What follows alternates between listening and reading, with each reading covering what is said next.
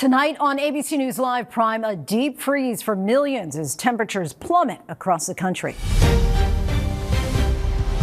An early punch of winter cold from New England across the Midwest and down to the deep south with wind chills into the teens, whiteout conditions and dangerous roads. Day 42 of the longest government shutdown in history, with the House preparing to vote to reopen the government. Could this all be over by tomorrow night? And I'm Gio Benitez at New York's LaGuardia Airport. 1,200 flights canceled today, more than 8,000 nationwide since Friday. So when will travelers feel relief? Dozens of cruise ship passengers rescued from the water after a catamaran carrying 50 sinks into the ocean. What caused this tourist boat to go down in the Caribbean? And in tonight's Prime Focus, an in-depth investigation into the events of this past New Year's Day. What at first seemed like an attack on our country, but officers and loved ones say it was actually one soldier's spiral from war veteran to tragedy. You used the word attack. Did you think this was an attack? I don't think it's a simple coincidence that what's being reported to me is a bomb just went off in the Trump Tower. From ABC News World Headquarters in New York, this is Prime with Linsey Davis. Good evening, everyone. I'm Linsey Davis. Thanks so much for streaming with us. We, of course, are tracking the shutdown and its imminent end and the domino effect of those major travel delays. But we do begin with the first blast of winter weather. Millions are facing heavy snow and a deep freeze from the Midwest to the deep south into the Northeast. Wind chills plunging into the 20s and 30s again tomorrow from Minneapolis to Jacksonville to New York. Not even December yet, but more than a foot of snow fell in some areas, including near Syracuse, New York. This is not the time to be out on the roads in some areas. Snow and icy highways up and down the East Coast. And of course, this weather is only exacerbating the major travel issues. When will the bitter cold move on? Lee Goldberg is standing by, but first, ABC's Janae Norman leads us off from Western New York. Tonight, howling winds, whiteout conditions, and treacherous roads. Millions stunned by an early punch of winter cold that's bringing the first major snow of the season. More than a foot of snow and blizzard-like conditions in West Virginia. On Interstate 77 in Jackson County, Eric Ambrose crashed his pickup. Black truck, kind of similar to mine, started to change lanes, hit the front end of my truck. I hit ice, lost control, went through the median and over the guardrail. He then watched helplessly as a tractor trailer slammed into the responding officer's cruiser right in front of him. No one was seriously hurt. North of Syracuse, nearly a foot of snow and counting in Central Square, New York. Winds gusting to 40 miles an hour in the Northeast, making it feel even colder from New York City to Philly. We're sitting at the freezing mark, but look at this deep area of pink and purple dipping all the way to the south. Yeah, they're at 28 in Atlanta. That southern cold fueling snow squalls over red trees in Virginia. Winter overtaking fall. Janae Norman, let's start with a little tisk, tisk, tisk. Where is your winter hat? She joins us now from the Buffalo area. So give us a sense of the conditions where you are. Well, Linsey, I know, no hat, no scarf, but still braving the cold temperatures here. Here in Buffalo, it's not over just yet. Up to 5 more inches of snow are expected in this area through tomorrow morning, and that's along with those frigid temperatures. So hopefully everyone around here tomorrow, Linsey, bundles up better than I did. All right, yes, word to the wise. Just look at Janae Norman. Thanks so much, Janae. Let's get right to Chief Meteorologist Lee Goldberg from our partner station in New York, WABC. Already see it, the major cold blast. It's blue everywhere. Yes, I appreciate you letting me forecast from inside today. It's been blustery up and down the East Coast. We had record lows this morning in the South. It was blustery in New York City, first trace of snow and all types of snows downwind of the Great Lakes. Well, on Wednesday morning, there still could be some record cold, some freeze warnings across parts of Georgia and Florida. Wind chills in the 30s, wind chills in the 20s in the Great Lakes into the Northeast. But the core of the cold is lifting out. We'll still have to deal with some lake effect snows, at least in the first part of Wednesday. We've already seen up to a foot of snow east of Lake Ontario. We could see a few inches more upstate New York and in New England. But here comes the relief. Look at all the warmth in the west, 10 to 20 degrees above average, and then that erases the chill in the east. We're in the 60s and 70s from the Midwest and the plains, even 80s from Texas into Florida. The only area that struggles with the temperatures is the Northeast. Otherwise, lots of above normal temperatures into early next week. Linsey? We will take those above normal temperatures. L to the G. Thanks so much.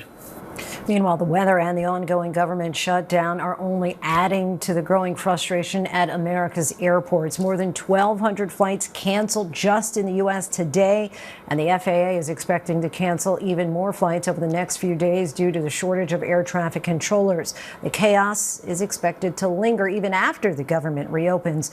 Here's our Gio Benitez.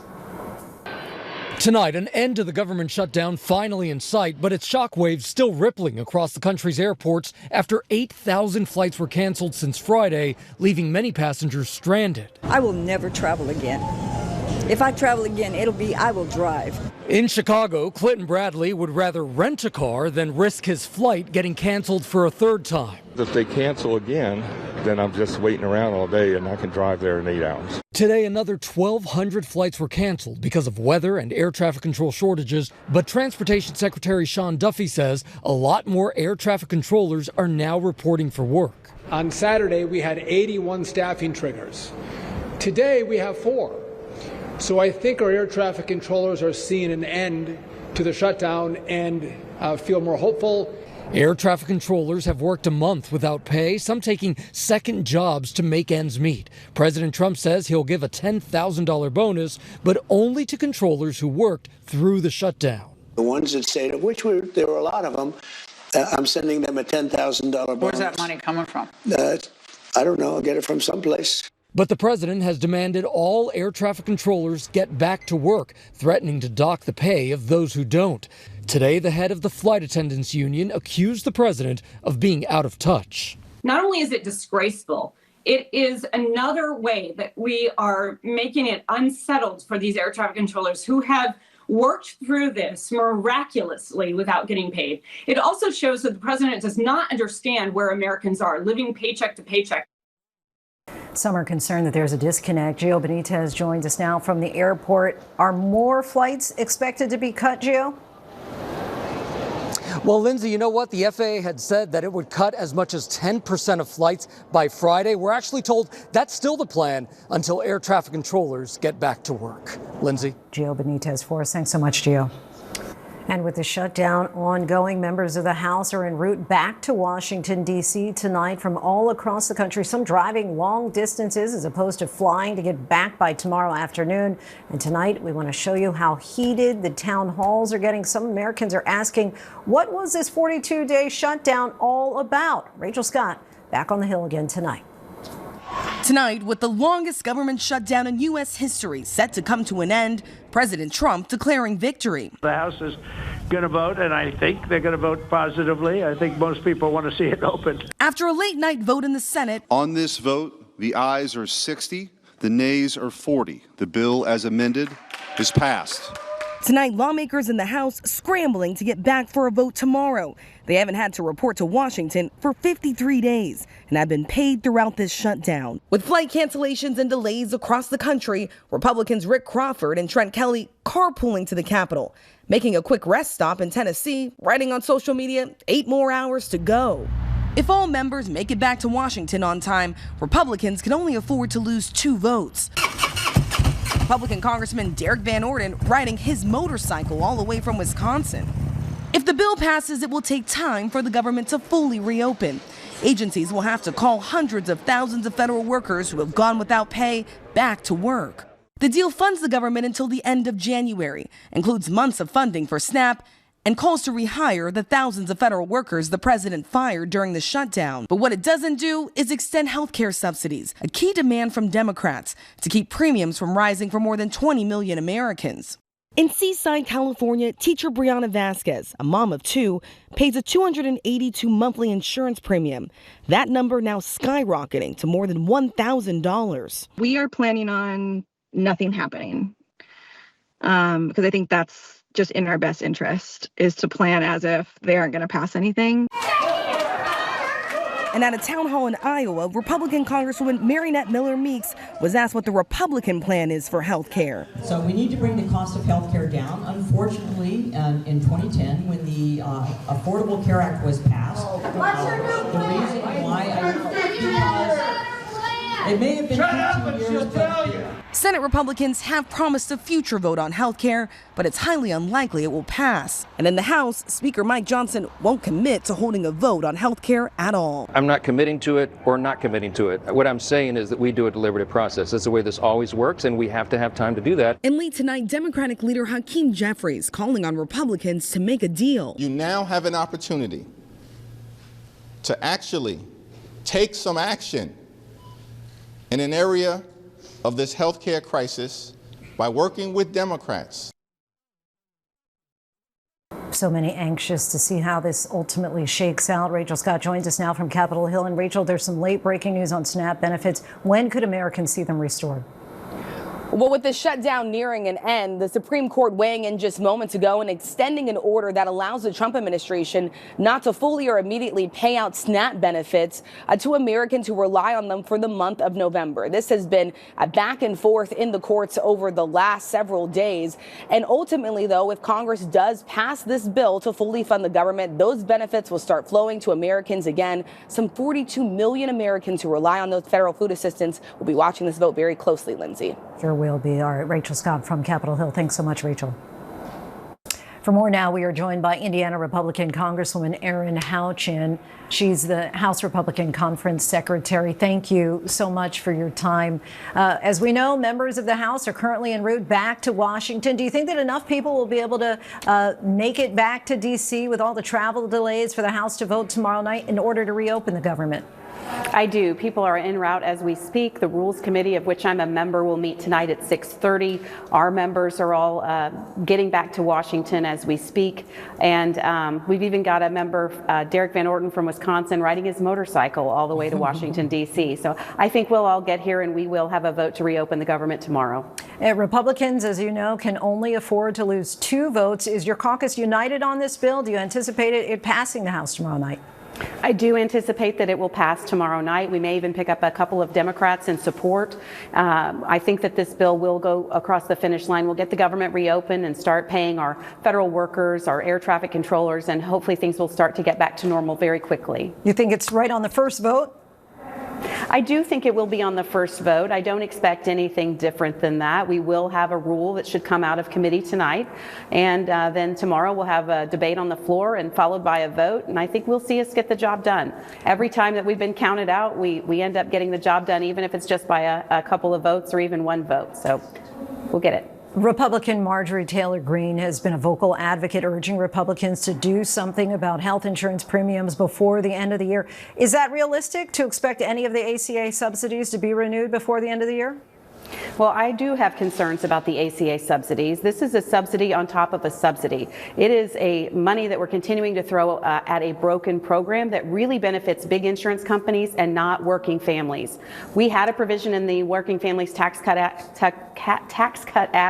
that actually would reduce premiums by 12.7%, and Democrats in the Senate fought to take that out. These are the conversations that we have to have about healthcare affordability. There are ways in which we can do that that may not necessarily involve permanently extending a subsidy that really only benefits insurance companies and not working families. So a question for you, because we've been hearing maybe even in excess of a decade, Republicans have said Obamacare doesn't work, it's broken, it needs to be fixed. So what is the solution?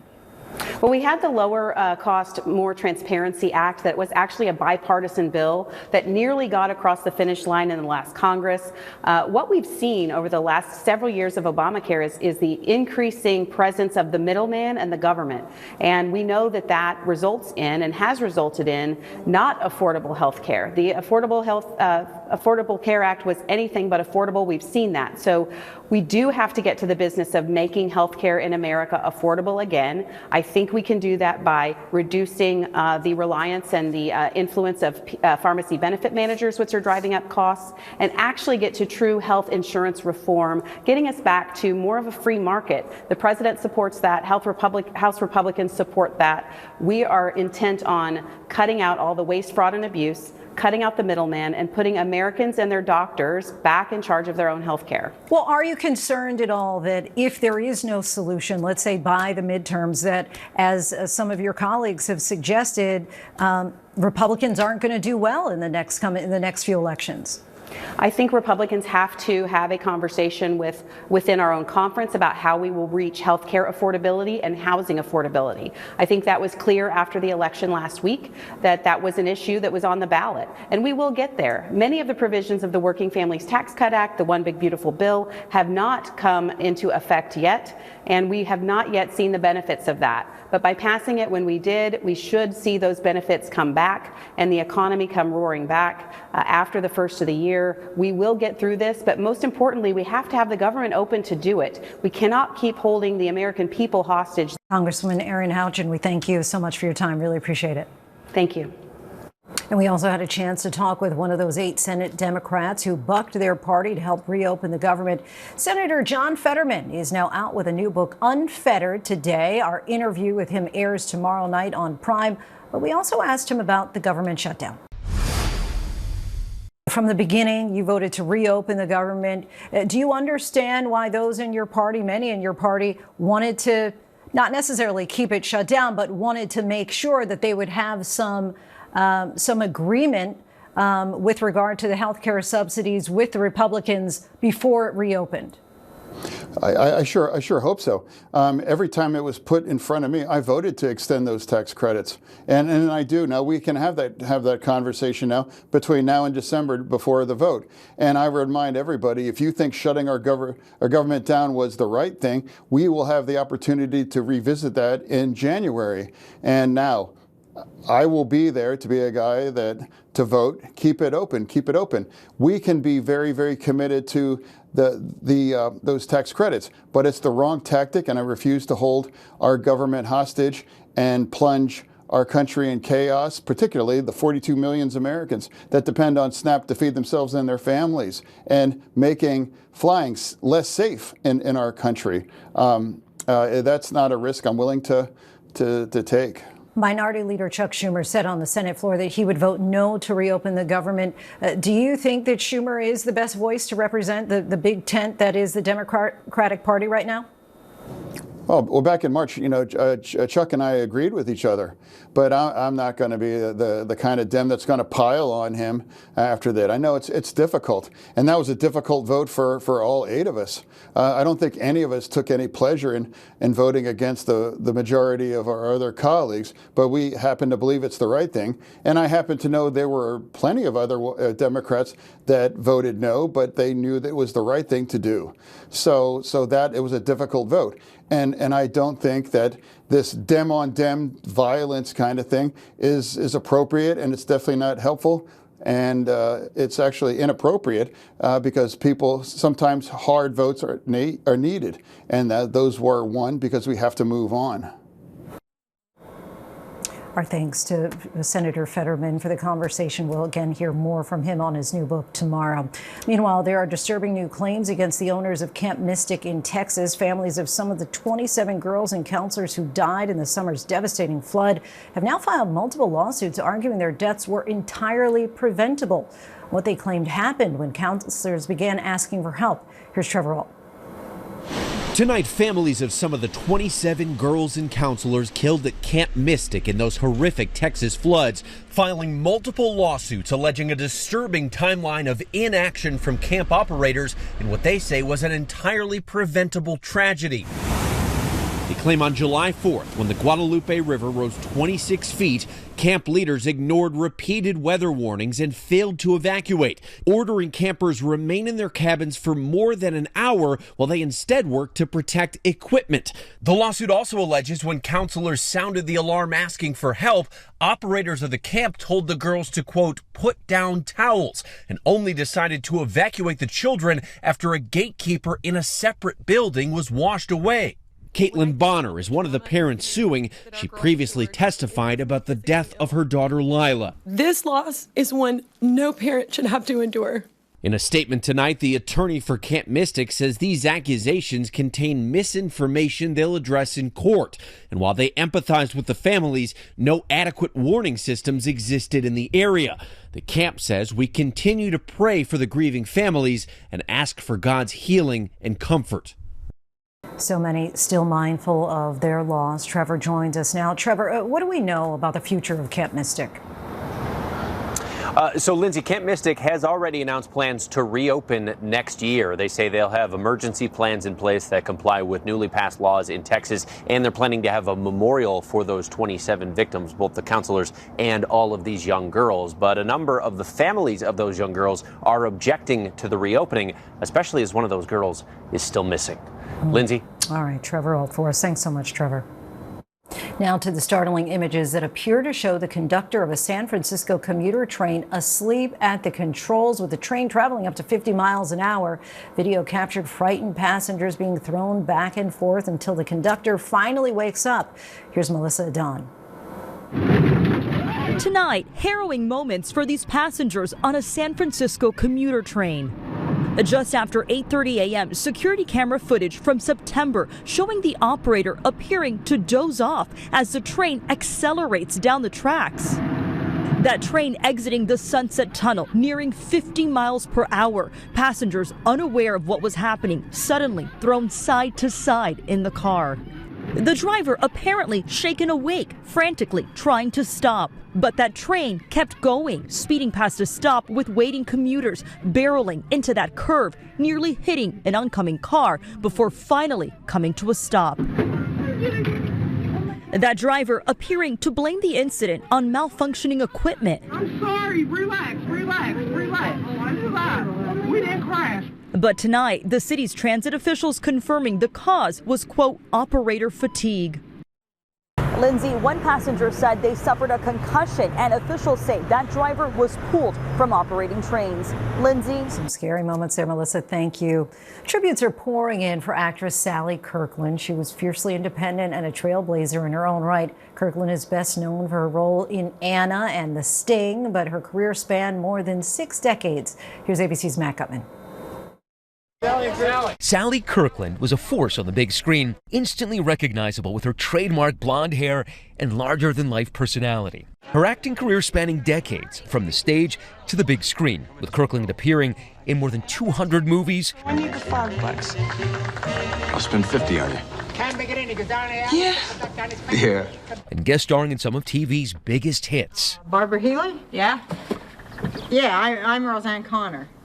Kirkland had supporting roles alongside Hollywood legends Paul Newman and Robert Redford in the 1973 classic The Sting. Thanks for the big evening, hooker. Next time you want to spend $50 on me, mail it. But it was 1987's Anna that earned Kirkland the Best Actress Oscar nomination. Watch out, Thunder. Kirkland also taking home the Golden Globe that year. You have made my day, my week, my month, my year, my lifetime.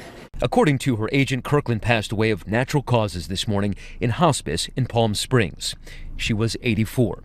In a statement today, her talent manager telling ABC News, Sally transcended time and space in her career. Her passion for the art of acting was contagious to all who worked with her, and regardless of the role, she gave it 1,000%. Our thanks to Matt Gutman. A frightening rescue at sea for travelers on a cruise. 55 passengers, some of them Americans, were rescued when their excursion catamaran sank off the coast of the Dominican Republic. The catamaran had set off from New York last month. The Dominican Navy shared footage of the dramatic rescue. Fortunately, only minor injuries were reported. And still ahead, the end is near for one of the most prolific soccer stars of all time. Cristiano Ronaldo's hint at when he'll be hanging up his cleats for good. It started as a probe into what looked like an attack on our country, but as the investigation unfolded, a soldier's story of mental health came to the forefront. If a soldier goes and says, I'm suffering, I'm hurting, and they say that to, a psychologist or a physician, they run the risk of being pulled off deployable status, and nobody wants that. But first, could President Trump's idea of creating a 50-year mortgage really help younger Americans purchase a home? What that kind of mortgage would look like for the buyer, by the numbers.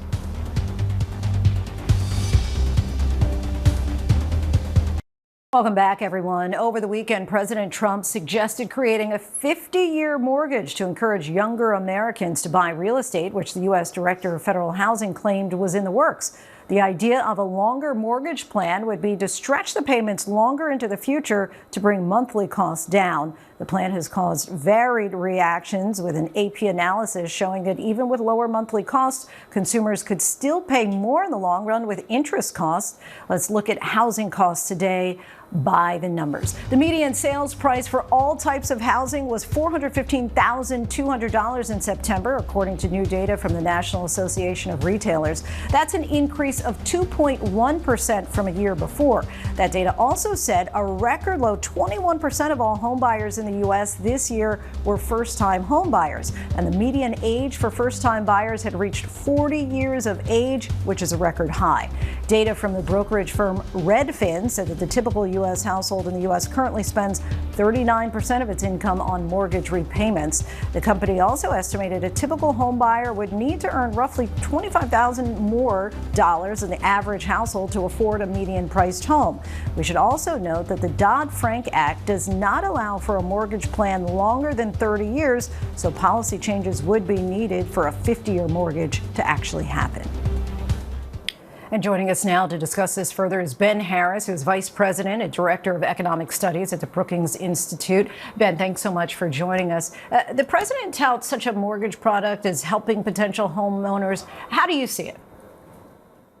So with any policy proposal, there's obviously trade-offs. And the fundamental trade-off for consumers is a slightly reduced monthly payment.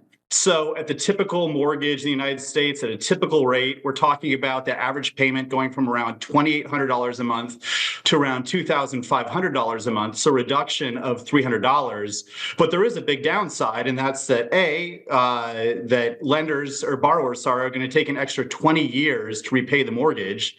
And also they're going to pay a lot more interest over the life of the mortgage, so around $1.1 million instead of about $550,000. So it's really not a great trade-off for potential home buyers. It also means a lot less housing equity, which can come into play down the line when we're talking about retirement security and household wealth. So I think it's only an appropriate product for a small share of potential home buyers. For the rest, they're probably losing out. And is this something that banks would even want? I mean, we just saw there that the average age right now of people buying a home is 40 years old. So that means they'd still be paying their home off at 90. Yeah, exactly. I mean, there's a big question as far as whether or not investors will see this as an attractive product. If they don't, it's going to mean higher costs for those taking out mortgages, because they're going to have to compensate the investors for taking on this extra risk. So it remains to be seen whether or not this is an appealing product, both from the consumer side, but also from the investor side. Also, as you noted from the outset, the president would need Congress's cooperation in passing this. My take is this isn't a Congress that necessarily wants to take on a lot of new legislation right now. So it seems like right now it's just an idea, and it certainly will get its day at some point. But for right now, it doesn't seem like it's going to happen anytime soon. Of course, as we're talking about home buying, what are some practical ways to make home buying more affordable? Yeah, so there's really only three major approaches that you can take. One is to lower the cost of home buying. So that can mean, for example, injecting more competition into the realtor market, for example. It can also mean less costs of materials. And the president's tariff regime right now has actually raised the cost of lumber. It's raised the cost of appliances. So somewhat counterproductive to his goals. The second thing you can do to make home buying more affordable is to raise people's incomes. And that's a tough thing to do. That means making workers more productive. That means more competition in the labor market. That's the type of thing which often plays out over decades, if not longer. The last thing you can do to make homes more affordable, and probably the best thing that you can do from a policymaker standpoint, is to build more homes. And that's tough from a federal policymaker's perspective, because most of those decisions come at the local level when it comes down to zoning and other things. So the president has his hands tied to a certain degree, but ultimately the real answer to making homes more affordable is simply to build more of them. And that's a tough thing to do at the federal level. Ben Harris of the Brookings Institution, we thank you so much for your time and insight tonight. Appreciate it. Thank you. Coming up, the remarkable price and provenance of a special blue diamond that just sold at auction. And investigators first believe the large explosion New Year's Day at Trump Hotel Las Vegas was a coordinated attack on our country. But this Veterans Day, we hear from officers and loved ones who say it was actually an all too common spiral of a decorated soldier. . . . . . . . . . . . . . . . . . . . . . . . . . . . . . . . . . . . . . . . . . . . . . . . . . . . . . . . . .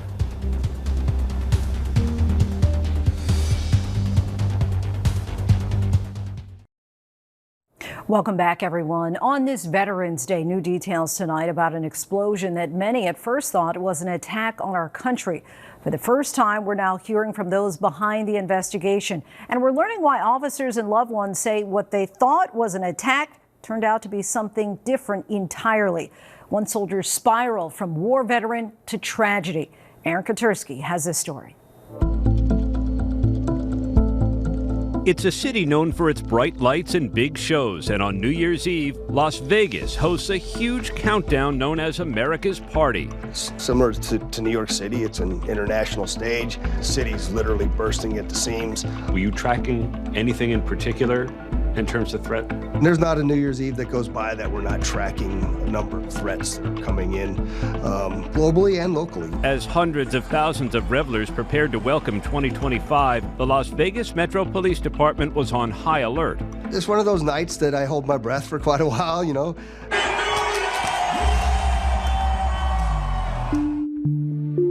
While law enforcement activity was winding down in Vegas, a drastically different scene was unfolding at a New Year's Eve celebration 1,700 miles away.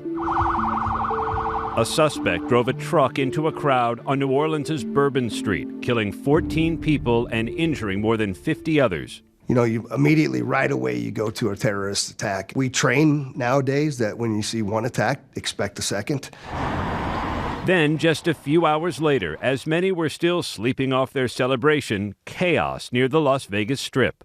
911 emergency. Someone, you need police. Someone just attacked Trump Towers. It's a huge explosion.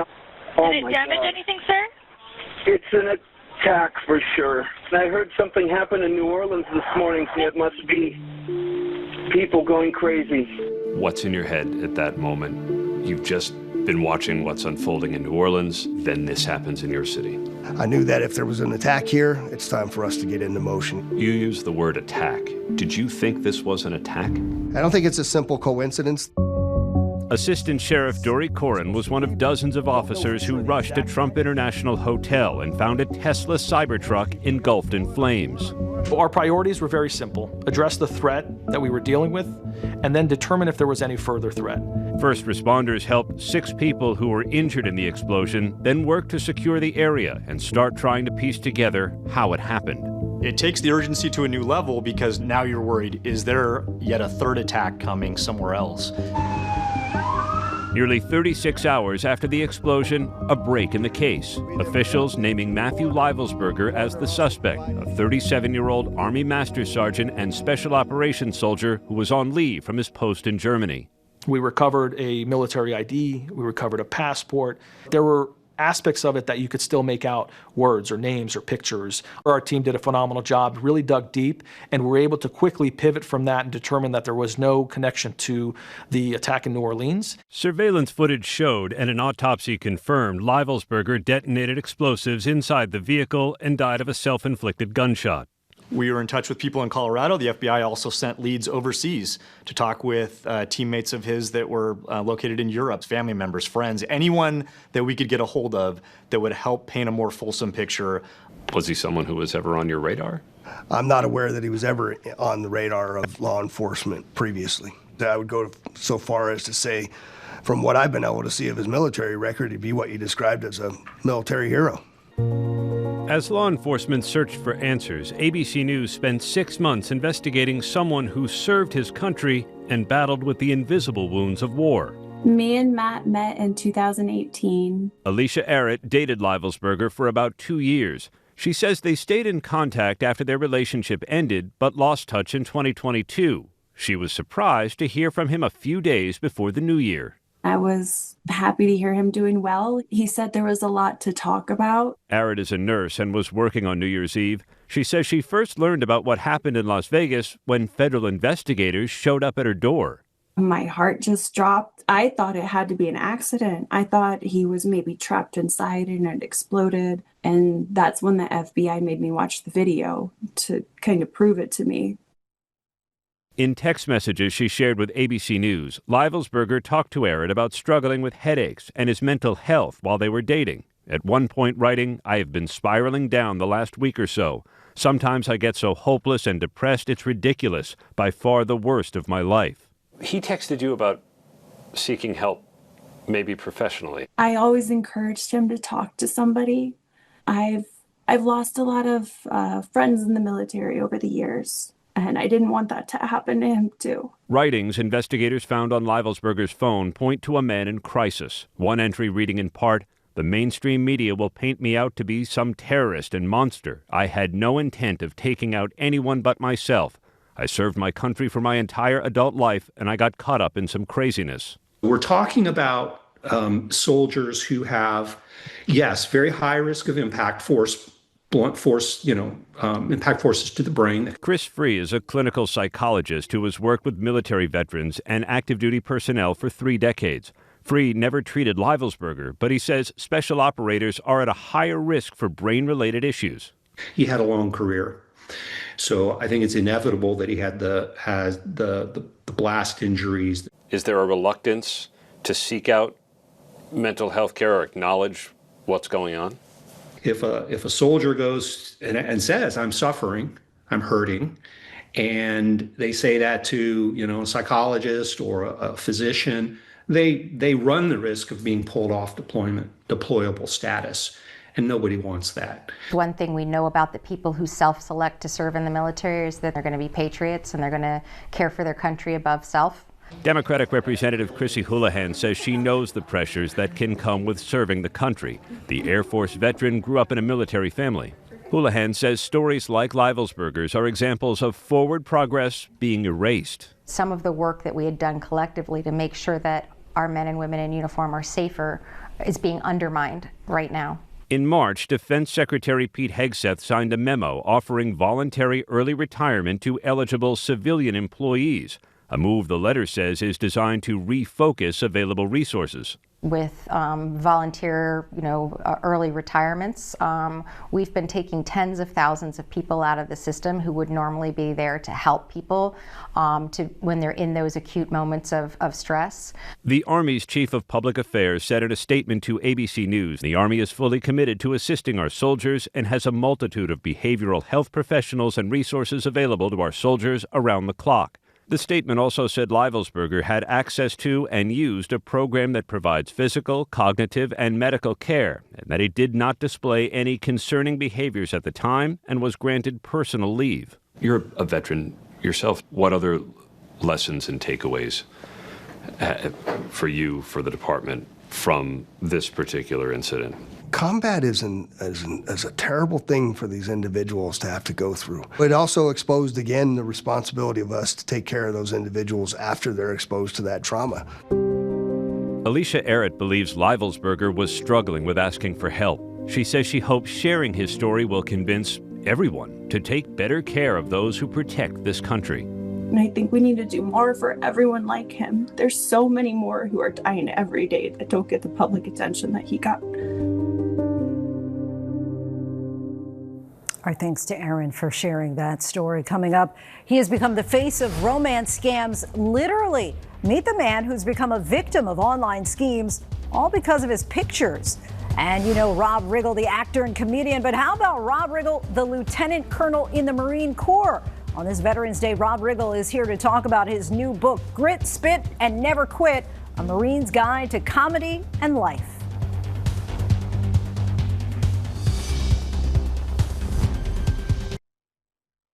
What's in a face? Meet the man whose picture has been used for romance scams for the last decade. One of the best soccer players confirms that he'll soon be hanging up his cleats for good. And he's the ultimate good boy. A golden doodle saves his entire family from a burning house. These stories and more in tonight's rundown.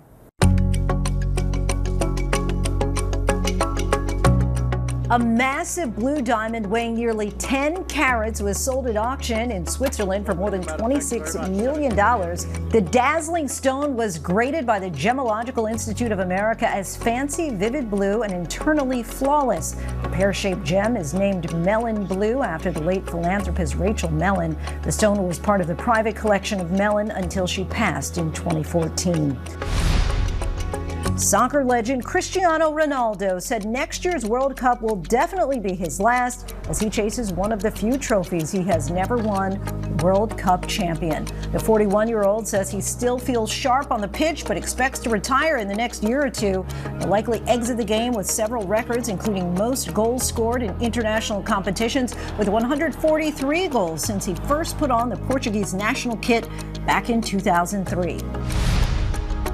Scientists have stumbled upon a new species of bee living in Australia with a unique set of horns on its head, earning the name Lucifer. The technical name of the species is Megachile lucifer, and it was discovered in the goldfields of Western Australia. According to the scientists, the DNA of the species didn't match any known bees in databases or museum collections, and the devil-like horns are only on the female bees, but their exact function remains unclear. A pet golden doodle is being credited with saving a family from their burning home. The 2-year-old dog named Chase spotted the fire and woke up his family, who were able to escape from the burning house unharmed. Fire officials arrived on the scene and rescued an elderly couple who lived next door. The fire chief stressed the importance of having working smoke detectors in your house or a 4-legged friend like Chase. Do you know this man? For the last 15 years, a man named Scott Cole has had his pictures used to create fake social media accounts intended to scam women lured in by his appearance. Cole told ABC News that he has been hearing from women in numerous countries who say that they either nearly fell for the scam or lost thousands of dollars, even hundreds of thousands, as a result of messages from profiles on social media platforms that use Cole's photos. The 63-year-old says he tries to document each case of his stolen identity, but social media platforms have been slow to respond. Cole said that he has filed 2 reports with the FBI, but also has not heard back. Former President Barack Obama gave a group of war heroes a big surprise they'll never forget. The 44th president surprised a flight of Korean and Vietnam War veterans on an honor flight from Wisconsin to Washington, D.C. ahead of Veterans Day. Hello, everybody. What? As we approach Veterans Day, I wanted to stop by and just say thank you for your extraordinary service. Not many comedians can also claim a parallel career in the Marine Corps, but Rob Riggle can. In between several deployments, he joined the Upright Citizens Brigade, then The Daily Show, and starred in movies like 21 and 22 Jump Street, and of course, The Hangover. Don't be afraid to ride the lightning. In the face! In the face! Now, Riggle's new memoir, Grit, Spit, and Never Quit, A Marine's Guide to Comedy and Life, explores his journey. Our Ashin Singh sat down with him today. Rob Riggle, thanks so much for joining us. And from all of us at ABC News, thank you so much for your service. Oh, well, thank you for saying that. No, congratulations on the book. I want to talk to you a little bit about this idea of teamwork and what you learned from the Marine Corps and how you kind of incorporated it to your comedy career and the world of improv. It's a big part of what you learn in the Marine Corps is how to be part of a team. And in comedy, especially long-form improv comedy, you're on stage with an ensemble, a group of other comedians, and you're trying to serve the comedy, not necessarily yourself, not necessarily anything you're doing, because it's not about you, it's about whatever the scene is about and trying to make that the funniest, best scene. So there's a lot of teamwork involved in that as well. Yeah, I think when people think of the armed forces and the rigidity of it, I feel like improv doesn't necessarily come to mind. Oh, no, it should come to mind because how did you adjust to the free-flowing nature of that world, improv, right? Like, if you talk about comedy and military, yeah, those are 2 separate lanes, sure. Right? But if you're talking about thinking, reacting, improvising, you do have to adapt in the military. You have to adapt every day to every situation. And when you improvise, you get on stage, you don't know where the scene's going to go. You don't know what's going to happen. You don't know what your scene partner is going to say and or do. So you have to be able to respond, reply, think on your feet, write on your feet. So mindset-wise, there's a lot of similarities. Yeah, you talk a little bit about after 9/11 realizing that you may be putting your life on the line in Afghanistan again. What was it like going to such a dangerous place during that time? And how did experiences that we see from the United States that we look at as harrowing, how did that inform your comedy? If you're going to be in the Marines, you got to have a thick skin. You got to be able to overcome failure. You got to be able to get up when you're knocked down. You got to be able to do a lot of things a never say die attitude. When you get into a life in the arts, there's a lot of similarities. You get knocked down a lot. You get told no a lot. There's a lot of obstacles thrown in your way. And you have to decide what you want, and then you have to get up and dust yourself off and get back in there. For sure. You mentioned improv at the UCB being one of your first loves. You studied acting and performing at the university level. When did you realize that you might be able to do comedy professionally as a career? Oh, I wanted it. Mm-hmm. There's a difference between knowing you can do it and wanting it. And even when you got that first job, you still don't know if that's going to be enough, you know? You just have to commit, I think. You have to commit to the life, which is not easy to do. And when I say that, you still have to have a day job. Yeah, you actually returned to the Middle East in 2007 as a part of the USO tour when you were a correspondent on the Daily Show. Yeah. And I mean, you were still in the Marine Corps Reserve at the time. Yeah. What was it like coming back to the battlefield, but from a different perspective? Well, I remember whenever I was deployed, I never got a USO show. I never got a single show in all my deployments. I've always felt ripped off. So I kind of made a little personal pledge to myself that if I ever got into a place or a position where I could go do a show, a USO show for the troops, I was going to do it. What have you learned about yourself through your career, especially as now you're not just in your second act, now you're in your third act as an author, right? Yeah. There is no finish line. That's one thing I did learn. You know, people think you get to a certain level of in your profession, whatever it may be, and maybe you can coast, or maybe you can sit back, or maybe you can rest on your laurels. Not a life in the arts. If you're not growing, you're dying, right? So you need to find ways to grow. And that can be in a lot of different ways. I just want to ask you, what is your pitch to young people and people all over the country to continue serving our country, and especially the Marine Corps? You should always think about serving something a little bit bigger than yourself. You know, whether that's through your faith, whether that's through the Peace Corps or the Marine Corps. I personally believe that this country is fantastic. We're not perfect. No country is. You can look all over the world, I promise you, no country is. But we're pretty good, and we have a pretty good idea, and we have a pretty good basis, and I think we do okay. We can always improve. So this is a great country to serve and protect. Rob Riggle, thank you so much for your service, and congratulations on the memoir. Thank you very much. There is no finish line. A great message for us all. Our thanks to Ashin Singh for that conversation. And that is our show for this hour. I'm Linsey Davis. Be sure to stay tuned to ABC News Live for more context and analysis of the day's top stories. Thank you so much for streaming with us.